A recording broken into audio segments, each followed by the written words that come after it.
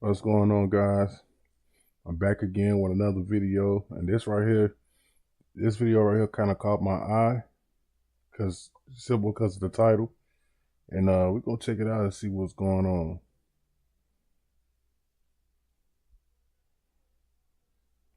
Right when I get it back right. You to understand something. What you're about to hear is going to sound unbelievable, but we have video evidences to back it up. It's about a 29-year-old mother who told everyone around her that she wasn't going to make it to her 30th birthday. 2 months later, she was gone. Now, I know what some of you are thinking right now. You're thinking this is going to be another one of those stories where we're going to blame the ex-boyfriend. And I'm going to be honest with you, that's where everybody went at first. Social media had this man's name in their mouth for months. But when you hear what he has to say, when you see the evidence, when you understand what was really happening in the weeks before Alexis Ware disappeared, you're going to realize this story is so much more complicated than any of us could have imagined. Because here's what we know for sure. On January 30th, 2022, Alexis Ware pulled into a 7-Eleven gas station in Anderson, South Carolina, to meet her ex, TJ Patterson. They were doing a routine custody exchange. Their 2-year-old son, her 9-year-old daughter. Nothing out of the ordinary.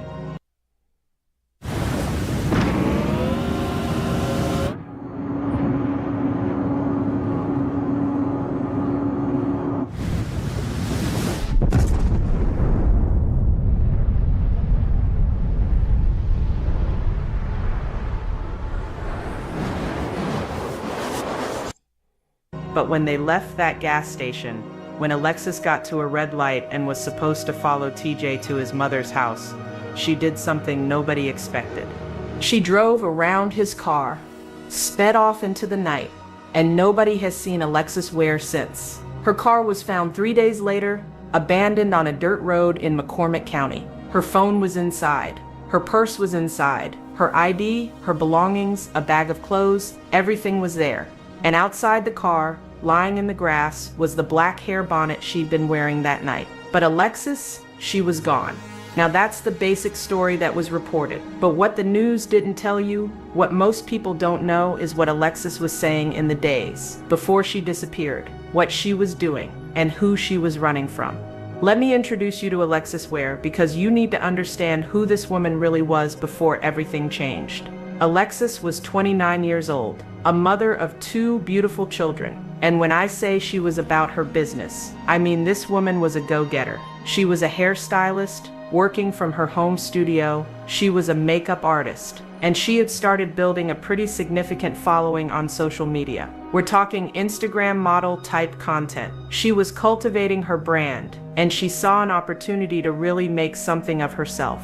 She had dreams. She had already gotten her business license. She was planning to open a clothing boutique and a hair salon in Atlanta, where her brother Travis lived. She had already gotten approved to break her apartment lease. She was buying merchandise, getting clothing racks, making plans for her future. Her mama, Alberta, told reporters that when Alexis set her mind on something, she made it happen. That was just who she was. She was living in Greenville, South Carolina at the time, in Rocky Creek Apartments. And by all accounts, Alexis was the type of woman people gravitated to. She was warm, she was kind, she was supportive. Her brother Travis described her as everything you could want in a big sister. But here's what's important. Alexis wasn't known for being dramatic. She wasn't someone who created chaos or went looking for attention. She was grounded, she was practical. She handled her business. And that's why when she started saying the things she was saying in January 2022, everybody who knew her knew something was wrong. Now let's talk about TJ Patterson, because you need to understand their relationship to understand what happened. TJ is the father of Alexis's youngest child, her 2-year-old son. Alexis also had a 9-year-old daughter from a previous relationship with a man known as Sosa. And here's something that stood out to me.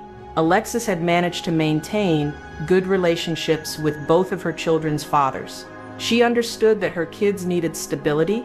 She understood that co-parenting worked better when everybody acted like adults. And from what people said, that's exactly what she did. Now TJ and Alexis, They had their own love story. He slid into her DMs. They clicked immediately, and Alexis couldn't help herself. She was posting about this man all over social media, talking about what he meant to her, how happy she was. You know how it is when you think you found the one. You want the whole world to know, and it seemed real. TJ was showing her affection right back. They were all over each other's pages. Then Alexis found out she was pregnant. Not just pregnant, twins. They posted about it. Everybody was celebrating because this looked like love. But life doesn't always go according to plan. During one of those routine doctor visits, they got news that broke them. They lost one of the babies. TJ posted about that pain, and you could feel it through the screen when he wrote, "This feeling I can shake or hide sitting in the doctor office, waiting to hear both of the twins' heartbeat. And the doctor tells you, I'm sorry, but I can't find the other one's heartbeat. Boy, like something went all over me, like half of me died right then." At first, knowing that I had twins for my firstborn was a big challenge, but it then began to grow on me, and I couldn't wait. Baby boy, I hope and pray that you get here healthy and strong. Daddy gon' call you twin. Daddy got you, baby boy. Alexis Ware. When their surviving baby boy was born, TJ stepped up, at least from what everybody could see. Pictures of him with the baby. Pictures with Alexis looking like the perfect little family. Everyone around them said TJ was a good man, a great father, treated Alexis right. But eventually things fell apart. They tried to work it out. They really did. But some things just can't be fixed. TJ left Alexis in October 2021. We're talking about 3 months before she went missing. And according to him, he hadn't been back to her apartment, not even once, since he left. Now this is where the story gets interesting. Because after they broke up, Alexis started acting differently. People close to her noticed changes. And then in January 2022, in those final weeks before she disappeared, Alexis started saying things that terrified everyone who heard them. But before we get into what she was saying to her family, we need to hear from TJ himself. Because on social media, this man's name was getting dragged. People were accusing him of being involved. They were calling him a suspect. They were nailing him to the cross, as he put it, and he felt like he had to defend himself. So TJ went live, and what he said in that video is going to give you the context you need to understand what was really going on with Alexis in those final days. Now I'm going to let TJ speak for himself here, because his words matter. This is what he said, and I'm going to give you his exact words. Been remaining calm too long, bro. Y'all got me messed up, man. Y'all got me messed up, real talk. Alright, check it.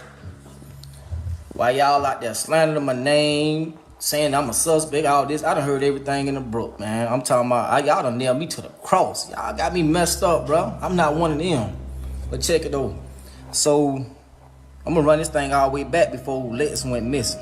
You feel me? Alright. For one, me and Lex been separated. You feel me? I left Lex. Lex didn't leave me. You feel me? So boom, I left off and up there around about October. You know what I'm saying? I ain't been out there, been back up there not one time. You feel me? Not one time. So he's establishing the timeline. They broke up in October. So boom, god dang on. Before Lex took this, her being missing, Lex was, I don't know, she was dealing with some kind of spiritual root shit. I don't know what was going on. She was just been talking outside her head. You know what I'm saying? Spiritual root work.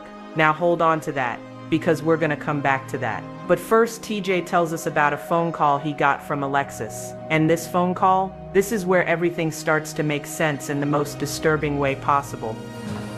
So Tuesday night, 1:30 in the morning, she called me out. She called, wake me up, talking about some TJ. She say, I know you sleep. I know you gotta work in the morning. She say, but let me tell you something right quick. I'm like, what you talking about, Lit? What's up? She talking about some, well, my last 5 exes within the last 7 years, they died. Huh? What you talking about? She said, I wish death upon them. Now, how would you react if somebody called you at 1:30 in the morning talking like that? TJ's response was, I said, bro, you is tripping. You know what I'm saying? You need help, man. Get off my phone. You talking crazy. I hung up. She started sending me all type of pictures of a ladybug crawling on the ceiling, what the meanings of it, her Pisces sign, all type of weird talk. You know what I'm saying? Now, some of you might be wondering, did 5 of her exes really die? We don't have confirmation of that. What we do know is that Alexis believed it, or at least she was saying it, and that's what matters for understanding her state of mind. TJ continues. So she fucking around later on in the week. She thinks y'all seen all the posters she was making, talking about she won the lottery, hit the lottery, and all type of shit. So she done spending the night in Augusta at the lottery place with the kids in the car, all that. She's posting on social media about winning the lottery, and reportedly, she spent a night at a lottery office in Augusta, Georgia with her kids in the car. Does that sound like the grounded, practical, level-headed Alexis that everybody knew? No. Something was happening to this woman. Something was changing. Now, let's get to that final weekend. The weekend before she disappeared, TJ explains. Boom, come Saturday, you know what I'm saying? I ain't seen my son in 2 weeks. You know what I'm saying? Me and Les ain't been talking none of that. You know what I'm saying? Ain't did none of that. So Saturday before she came missing, she called me. She was like, TJ, I'm down at my mama's house. She say, if you want to see him, you can come down here. I was like, Alexis was at her mother Alberta's house that Saturday. This is January 29th. She had driven there with both kids, about 80 miles from her apartment in Greenville, and she called TJ and said he could come see their son. But then she changed her mind. Come down here. I was like, okay, I'll come down there. Then she changed her mind, saying that, nah, just wait, let me spend more time with him. I'm like, what you mean spend more time with him? You done had him 2 weeks. I ain't seen my son. You ain't even let me video chat him. You know what I'm saying? So she was like, just let me spend more time. I can feel you crying through him. What you mean you can feel him crying through me? Through him. She told TJ she could feel their son crying through him, like she had some kind of spiritual connection or premonition, like she knew something bad was gonna happen. So I'm like, the hell? I said, okay, Liz. I said, she said, but I said, can I get him Sunday, the next day? She was like, let me think about it. I said, okay, I ain't gonna argue with you. All right, cool, get out the phone. So Sunday come. You know what I'm saying? This shit hurt my feelings so bad because at the end of the day, that's my child mother and I love her. You feel me? I know she been going through something mentally. I don't know what's going on and that shit hurt me. So that Sunday, I called my cousin. I said, cuz, you going to church? He was like, yeah. I said, man, I'm gonna pull up. I'm going to church today. You know what I'm saying? So I pulled up. I sat in the car. I ain't even get out the car. And I'm shedding tears because this shit hurt me. You know what I'm saying? I ain't never seen it like this. This man was sitting in his car outside church crying because he could see that something was wrong with the mother of his child. He knew she was going through something mentally, and it was hurting him because he still cared about her. But here's where it gets even more disturbing. Before TJ went to church that Sunday morning, Alexis told him something that's going to make your skin crawl.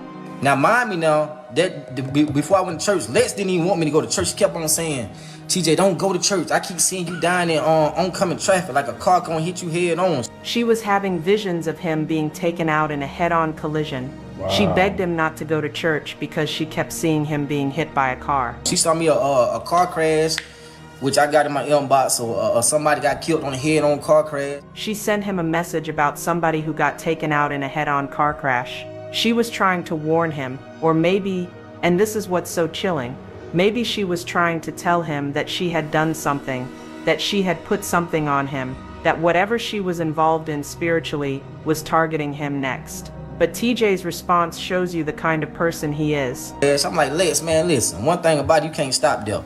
You feel me? Like, whatever happened, gonna happen. I ain't scared of it. I ain't scared of death. You know what I'm saying? We all gotta go. So, I went on to church anyway. She begged me not to go. I went on anyway. So, we left church, came home, changed clothes, and went to the game and watched the NFC and the ALC game. Went to, Wild Wings. You know what I'm saying? Watched the Kansas City game up there at Wild Wings. Left Wild Wings, went to my aunt's house. You feel me? It's Sunday afternoon now, January 30th, 2022. TJ is at his aunt's house watching football, and that's when his phone rang. She called me. And I put on speakerphone, let my cousin hear how she talking out the side of her head. He put the phone on speaker so his cousin could hear what Alexis was saying, because at this point her behavior had gotten so concerning that TJ wanted a witness to what was happening. This is what Alexis said on that phone call. So she got there, she was like, she said, where you at? I said, I'm at my aunt's house watching the game. So she was like, well, come and meet me on 29 at 7-Eleven where you get the kids. She's talking about to run out of gas. I got like 3 miles left. I said, okay. So as she talking, she like, TJ, watch out for these cars. Watch out for a white car, gray car, black car. She was warning him about specific colored vehicles. Like somebody was following them. Like somebody was coming for them. Now, mind me, now I'm like, okay, so I put on speakerphone, let my cousin them, everybody hear. So I'm like, okay, I'm on my way. So my cousin like, boy, go get your son, boy. So I was like, shit, I say no more. I doubt no more. We left. And TJ left to go meet Alexis at that 7-Eleven. But before we get to what happened at that gas station, we need to understand what else was going on with Alexis during this time. Imagine being able to build anything just by thinking about it. Meet Base 44, a complete AI creation. Because the phone call to TJ, the predictions about him being hit by a car, that wasn't even the most disturbing thing Alexis did that week. 4 days before she disappeared, on Wednesday, January 26, something happened that was caught on camera. And when you see this footage, when you hear what Alexis said, you're going to understand why people are talking about root work, why people are talking about spells, and why some people believe that whatever Alexis was involved in spiritually might have cost her everything. Alexis was living at Rocky Creek Apartments in Greenville, and on that Wednesday evening, one of her neighbors had a Ring doorbell camera. That camera captured Alexis walking up to their door, and what she said in that footage, what she was holding in her hand, it's going to change everything you thought you knew about this case. Now, before we talk about what Alexis said, we need to understand why she was at that neighbor's door in the first place. Because according to Alexis's family members who spoke publicly about this, the neighbor had seen something. They had witnessed Alexis in the backyard area of the apartment complex, and she was digging. The neighbor saw Alexis digging up or burying something, a box. And when Alexis realized she'd been seen, she went to that neighbor's door to explain herself. An activist named Tracy, who was helping with the search efforts later, actually went to Rocky Creek Apartments after Alexis disappeared. And Tracy confirmed that there was an area in the back that looked like something had been dug up. The ground was disturbed, but the box, nobody ever found it. To this day, we don't know where that box is or what was in it. But we do know what Alexis said when she knocked on that neighbor's door, and we can see what she was holding in her hand when she said it. The neighbor didn't open the door. They spoke to Alexis through the Ring camera. And the very first thing that came out of Alexis's mouth was this. Hey, it's your neighbor upstairs. What's up? I was letting you know that I ain't gonna lie, I do like root work and shit like that, but good and bad. That's how she opened the conversation. Not, hey, how you doing? Not sorry to bother you. She led with root work, and she made sure to specify that she does both good and bad root work. Now, for those of you who don't know what root work is, let me explain real quick. Root work, also called hoodoo or conjure, is a traditional African American folk magic practice. It involves using natural items, herbs, roots, personal items to cast spells or influence situations. Some people use it for protection, for healing, for love, but it can also... Man, so we're doing a lot of dark stuff, bro. That stick with you will make you go crazy, especially if you don't know what you're doing when you're doing it. Be used to cause harm, to control people, to curse people. And when you're doing root work, when you're casting spells, the items you use afterwards, they have to be disposed of properly. You can bury them in a yard, you can throw them in a river, you can take them to a crossroads. Some spells even require you to bury the items in a graveyard. And here's something specific that people who practice root work will tell you when you bury something in your yard, in your backyard, especially when you're doing love spells. It's to keep someone close to you. It's to bind them to you, to make sure they can't leave you or forget about you. So when Alexis was caught digging in that backyard, and she went to her neighbor's door holding what looked like a small garden spade or digging tool, and the first thing she said was, "I do root work, good and bad," she was explaining herself. She was letting them know what you saw me doing back there. That was intentional. That was spiritual work. And you need to understand that I know what I'm doing. But here's what makes this even more interesting. In that same Ring camera footage, Alexis started talking about an ex. She mentioned someone, a past relationship. and the neighbor asked if she was talking about her kid's father. The exact details of that part of the conversation aren't completely clear, but what we do know is that Alexis was connecting her root work to someone from her past. Now think about the timeline. This Ring doorbell footage happened on Wednesday, January 26. 3 days before that, on Tuesday night at 1:30 a.m., Alexis had called TJ and told him, "My last 5 exes died. I wish death upon them." Was TJ one of those exes she was talking about? Was that box in the backyard connected to him? And if it was, what was she doing? Was she casting a spell, or was she breaking one? Because here's what some people who understand root work have pointed out. If Alexis was burying something, that means she was casting a spell or maintaining one. But if she was digging something up, that means she was trying to undo a spell.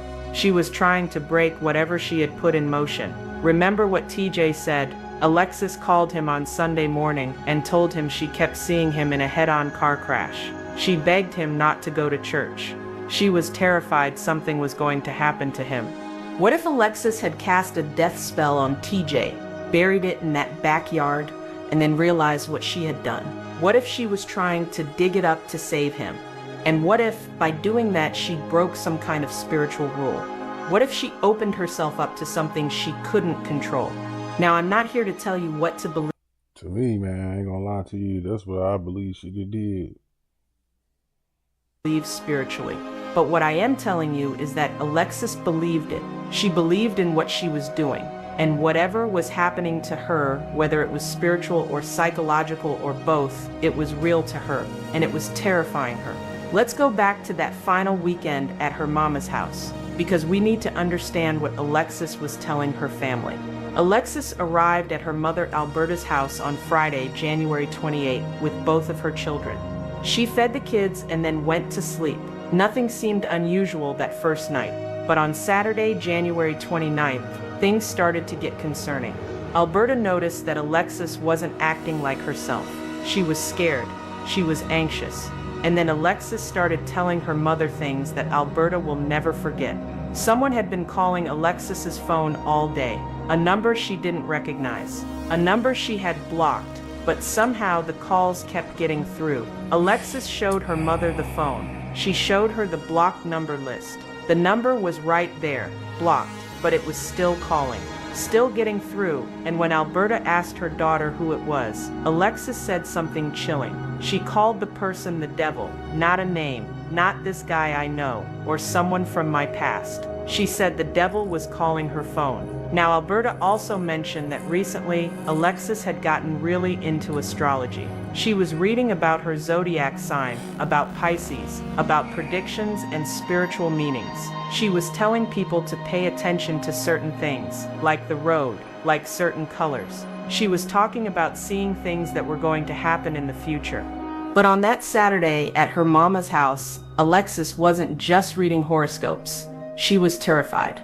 She told her mother that someone in a black truck had been following her, not just once or twice. This had been going on for weeks. Every time she went somewhere, there was this black truck behind her. And then Alexis said something that broke her mother's heart.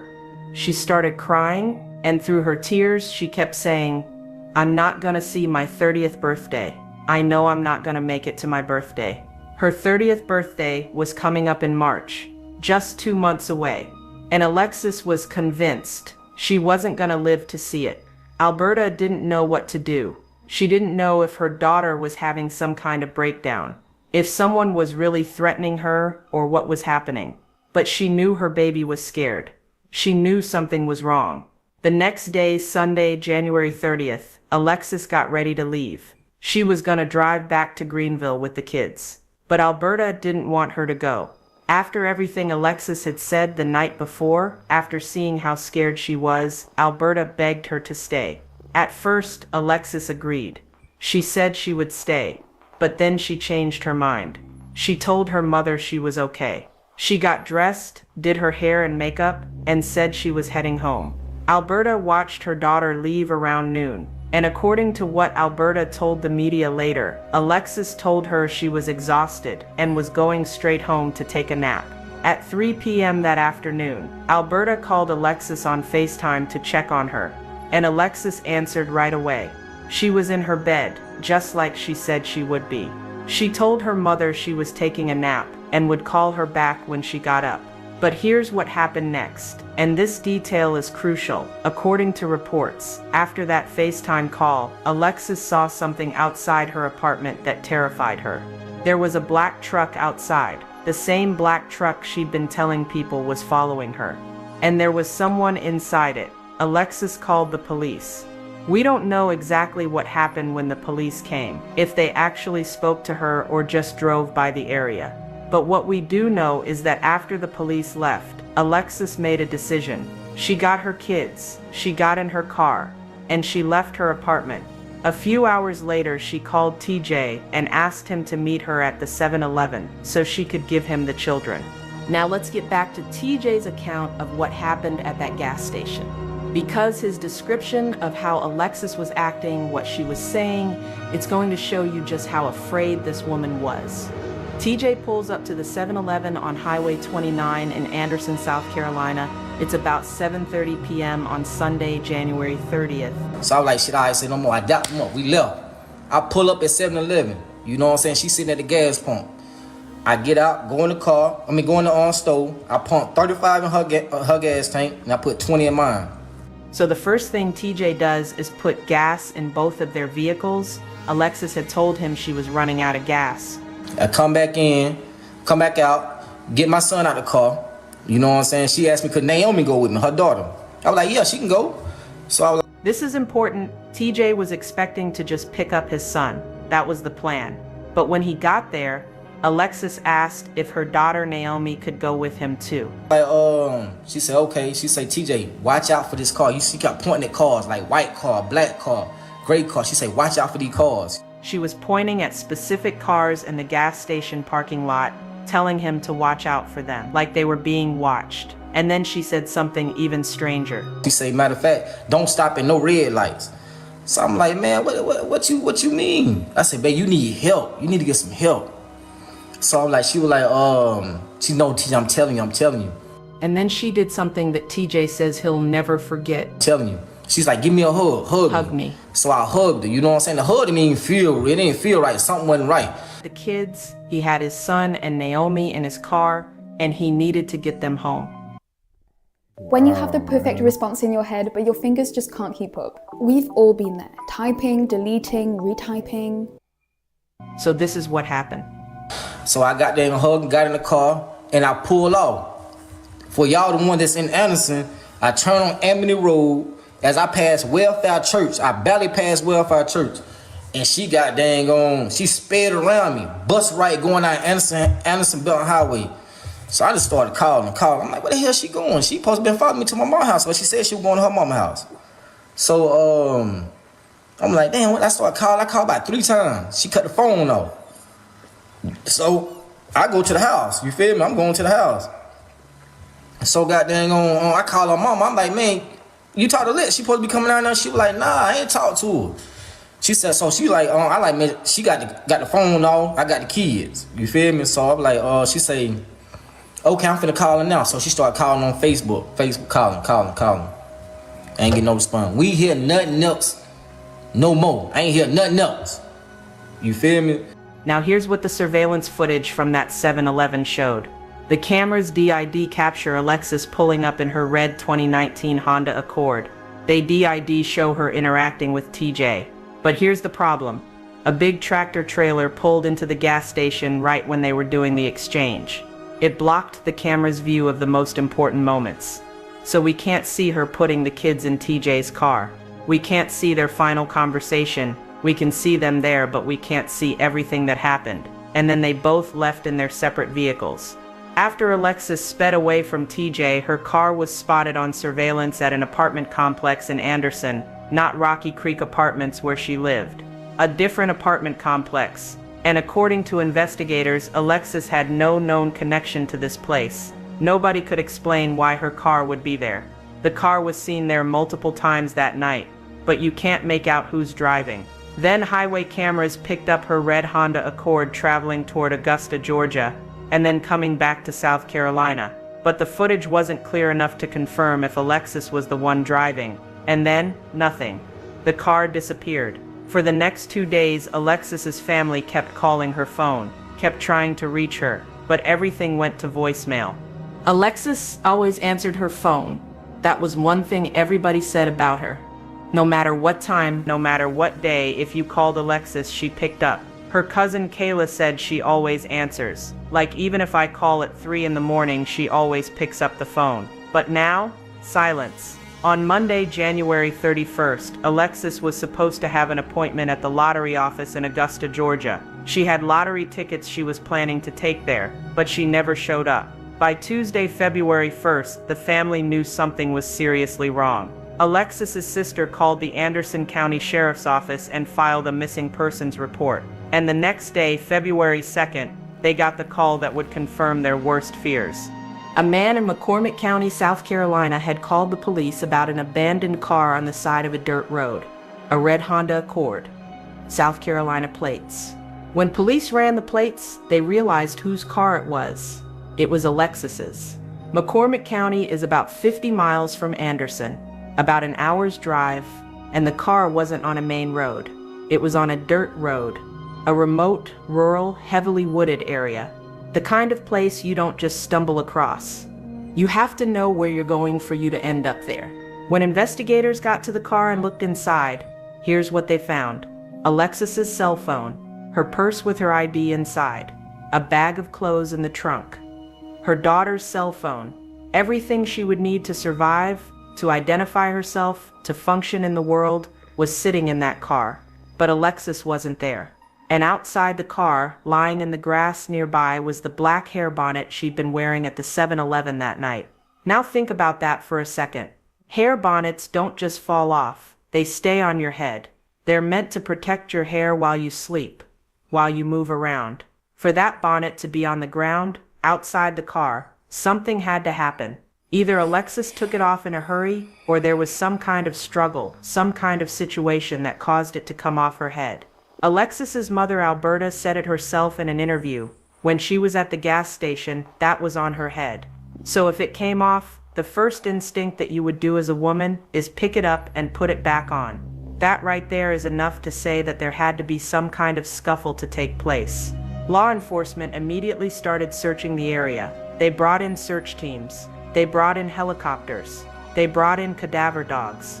They searched 222 acres around where that car was found. Wow, 8 man. hours of intensive searching, K-9 units, state police, everything. They found nothing. No trace of Alexis, no clothing, no evidence, nothing. On February 3rd, they did another search. On February 8th, McCormick County Sheriff organized another massive search effort. Over and over, they combed through those woods, but Alexis Ware had vanished. When forensics processed the car, here's what they found. No blood. No signs of a struggle inside the vehicle.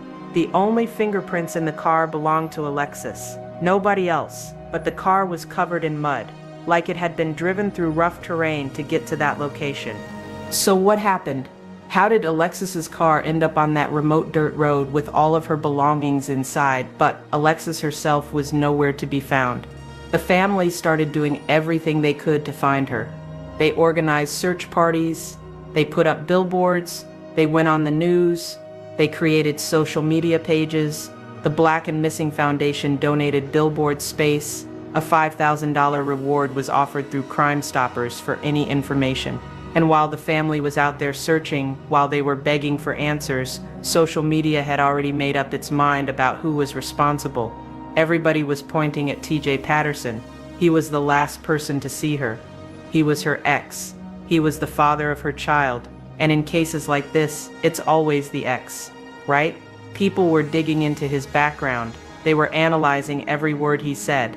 They were accusing him of setting the whole thing up. They were calling him a suspect. And TJ felt like his name was being destroyed. But here's what people weren't paying attention to. Here's what makes TJ's situation different. TJ Patterson was wearing an ankle monitor. Let me explain what that means. An ankle monitor is a GPS tracking device that the court makes you wear if you're out on bond or on probation. It tracks your location 24 hours a day, 7 days a week. Everywhere you go is recorded. Every movement is tracked. TJ was on bond for an unrelated charge. He was wearing that ankle monitor on January 30th when he met Alexis at the 7-Eleven, which means the police could verify everything he said with the click of a button. His entire timeline, where he was before the gas station, where he went after, how long he was at each location. And according to Alexis's stepfather Frank, who spoke to the media, TJ's alibi checked out. The police verified his story. He went to Wild Wings. He went to his aunt's house. He went to the 7-Eleven. He went to his mother's house. He went home. The next morning he went to work on time. Everything matched up with what the GPS showed. And remember, TJ's cousin was with him that day. His cousin heard the phone call from Alexis. His cousin went with him to the gas station. His cousin saw everything, but there's another witness. Someone even more important. Someone who was there at that 7-Eleven. Someone who left with TJ. Alexis's 9-year-old daughter, Naomi. Naomi, the 9-year-old. She was in the car when they left that 7-Eleven. She saw everything, and the Anderson County Sheriff's Office questioned that little girl. They sat down with her for 3 to 4 hours. And you know what Naomi told them? The exact same story TJ told. Not similar, not close. Exact. Her family confirmed this publicly. Every single time they asked Naomi what happened that night, her story never changed. She said the same thing every time. She told them they got gas, her mama drove off real fast, and she went a different way. A 9-year-old child doesn't lie consistently for hours. Children, especially when they're scared or confused, they mix up details. They change their stories. But Naomi, her account was solid, and it matched what TJ said word for word. So the police had GPS data from TJ's ankle monitor. They had his cousin as a witness. They had Naomi's testimony. They had surveillance footage showing them at the gas station together. Everything checked out. On January 30th, 2023, exactly 1 year after Alexis disappeared, the Anderson County Sheriff's Office made an official announcement. They released a statement saying that TJ Patterson was no longer a person of interest in this case. Today, the Anderson County Sheriff's Office revealed that the father of Alexis's son is no longer a person of interest by detectives. That man was the last person to see Ware the day that she went missing. The FBI is also assisting in the search. There's a $5,000 reward being offered by Crime Stoppers for help in finding Alexis Ware. They cleared him, officially. But being cleared by the police and being cleared in people's minds, those are two different things. Some people still think TJ knows something. They think maybe he didn't do it himself, but maybe he set it up. Maybe he had someone else involved. And I understand why people think that way. Because when a woman goes missing after meeting her ex, it's natural to look at him first. But here's what I want you to understand. TJ is not the only person in Alexis's life who people should have been looking at, because there's someone else. Someone that TJ mentioned in his live video. Someone that Alexis's own mother knew about. And this person, they haven't been in the spotlight. They haven't been investigated publicly. And TJ is frustrated about it. Listen to what TJ said in his video about this. And Miss Alberta, me and you, we talk every day, nigga. We sat on the phone nights crying, talking to each other every day.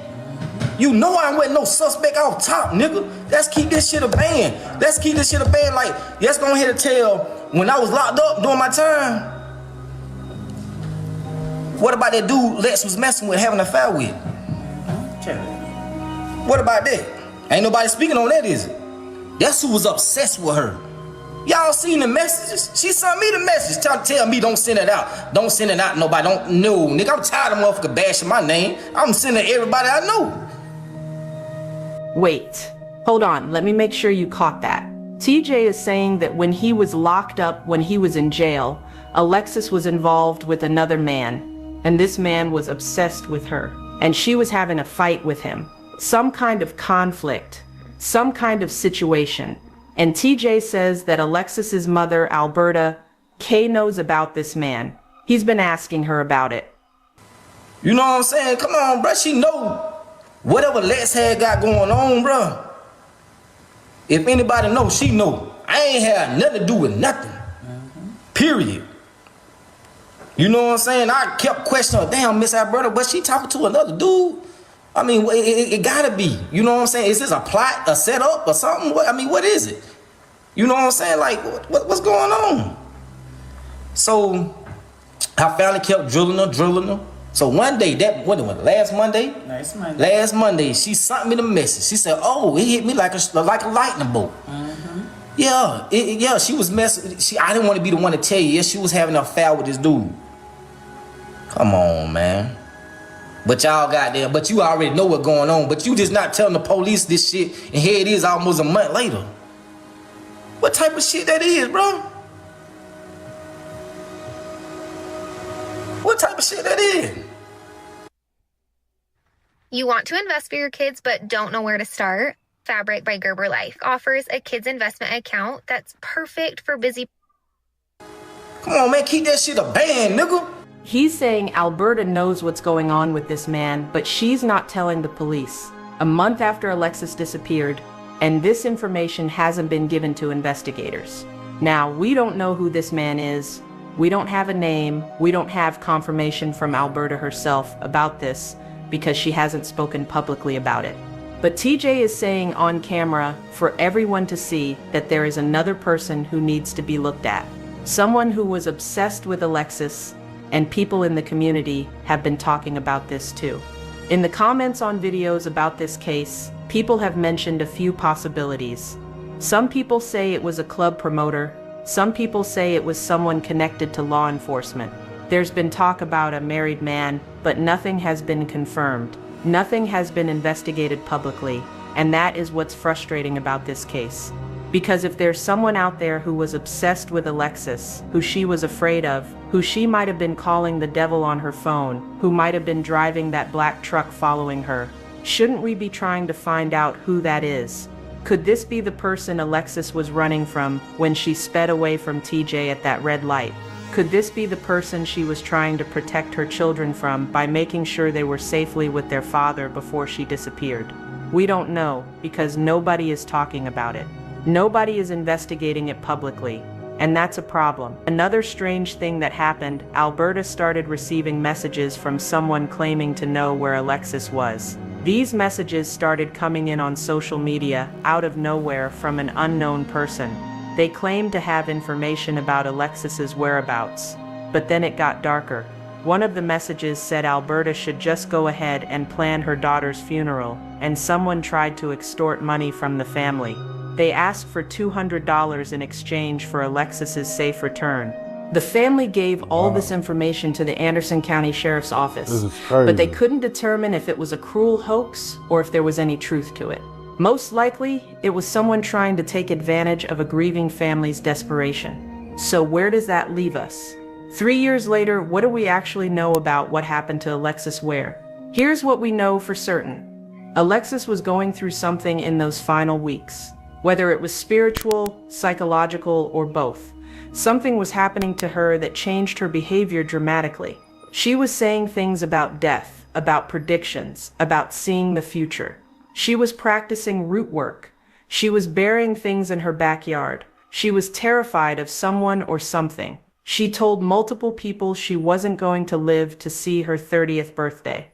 And on March 23rd, 2022, that birthday came and went. Her family held a celebration for her. They got a seafood boil, her favorite food. They got a cake with her picture on it. But Alexis wasn't there, just like she predicted. She didn't make it to 30. Now there are several theories about what happened, and I want to walk through them with you honestly because this case doesn't have a clear answer. Theory number 1, the root work backfired. A lot of people who understand spiritual practices, people who work in hoodoo or conjure, they've said that what happened to Alexis is a classic case of spiritual consequences. If you cast spells to harm people, if you wish death on people, and those things actually happen, there's a cost. There's always a cost. Some people believe that Alexis successfully cursed 5 of her exes, and when they passed away, the spirit she called on came back for her. They took her mind first, making her paranoid and afraid, and then they took her life. Whether you believe in this or not, the fact is that Alexis believed it, and her fear was real. Theory number 2, mental health crisis. Some people think Alexis was having a psychotic break. that maybe postpartum depression from her youngest child, or bipolar disorder, or even schizophrenia had been triggered. Her behavior, the paranoia, the predictions, the giving away of possessions, the erratic decisions, these are all consistent with someone experiencing a severe mental health episode. And if that's what was happening, it's possible that Alexis drove to that remote area, left her car, and wandered into the woods in a confused state. Maybe she's out there somewhere, and they just haven't found her yet. Theory number 3. She staged her own disappearance. Some people think Alexis planned this. They point to the bag of clothes in her trunk, the fact that she made sure her children were safe with TJ before she disappeared. The way she sped off so deliberately, they think maybe Alexis was trying to escape from something or someone in her life, and she created a situation that would make it look like foul play, so nobody would come looking for her. Maybe she's alive somewhere trying to start over. But if that's true, why would she leave her phone and her ID? How would she survive without those things? And more importantly, would a mother who loved her children as much as Alexis did really abandon them like that? Theory number 4. Foul play. This is what most people believe, that someone harmed Alexis, that the person who was calling her phone, the person driving that black truck, the mystery man who was obsessed with her, whoever that is, they caught up with her. Maybe they were following her when she left the 7-Eleven. Maybe they forced her off the road. Maybe they confronted her at that remote location and something terrible happened. The bonnet on the ground outside the car suggests there might have been some kind of struggle, and the fact that all her belongings were left behind suggests she didn't leave voluntarily.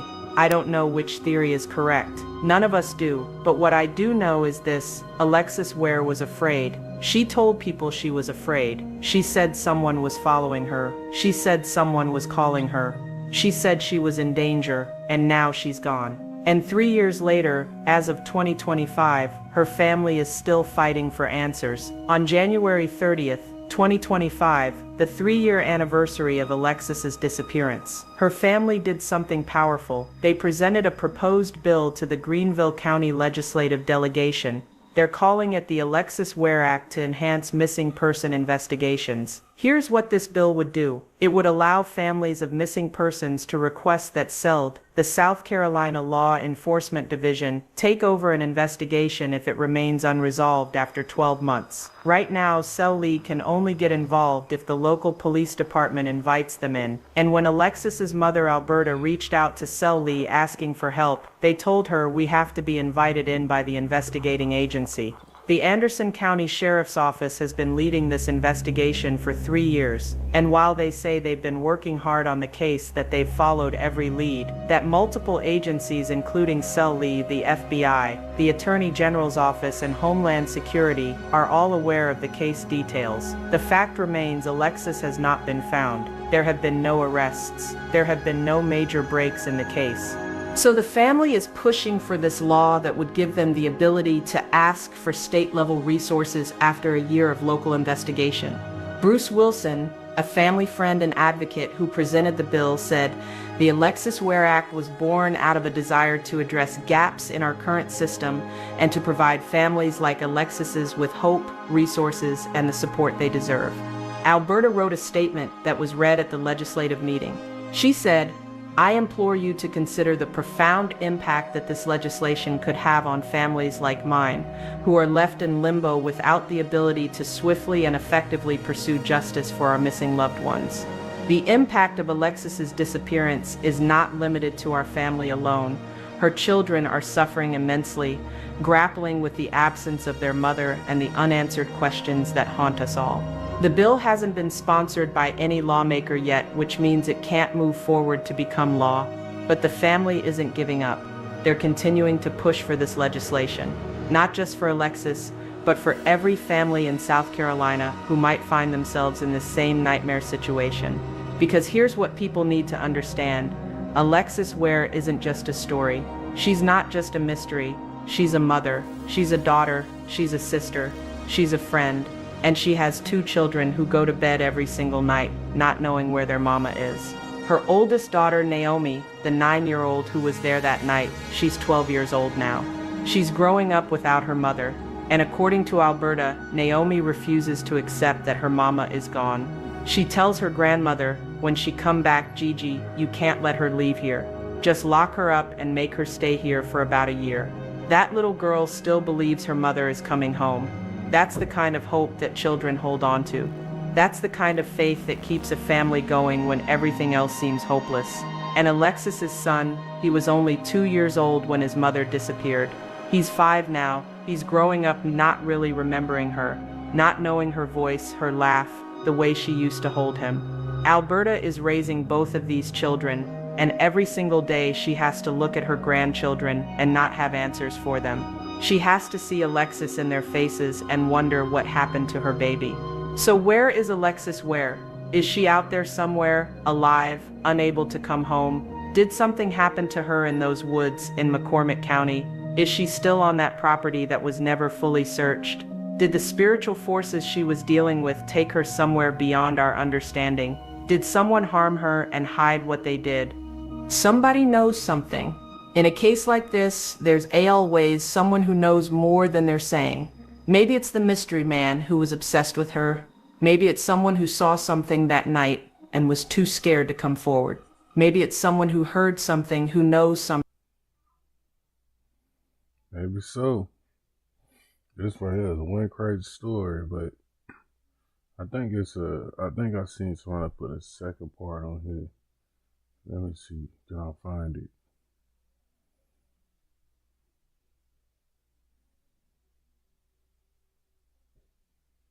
Let me see.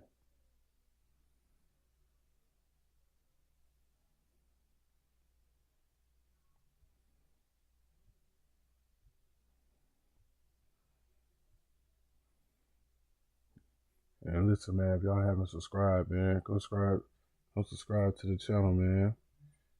I'm gonna be coming back to back with the bangers.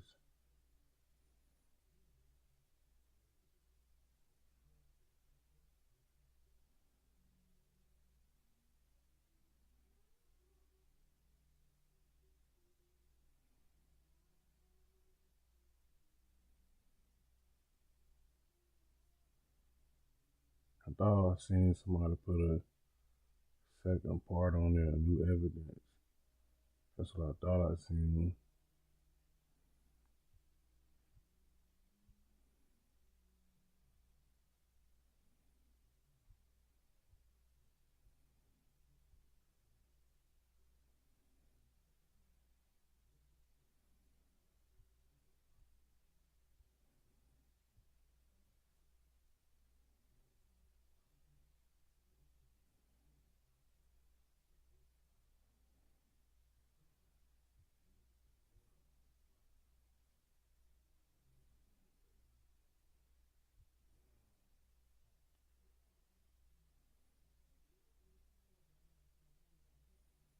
Yep. If I can't find a video, then I guess the video gonna be over with. Till next time.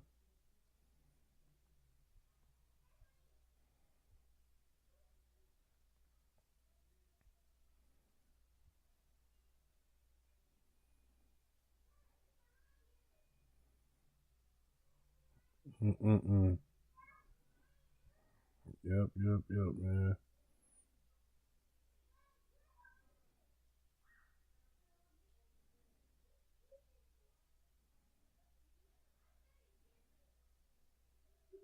Yeah, I can't find it. I seen it on here earlier, but I tell y'all what, man.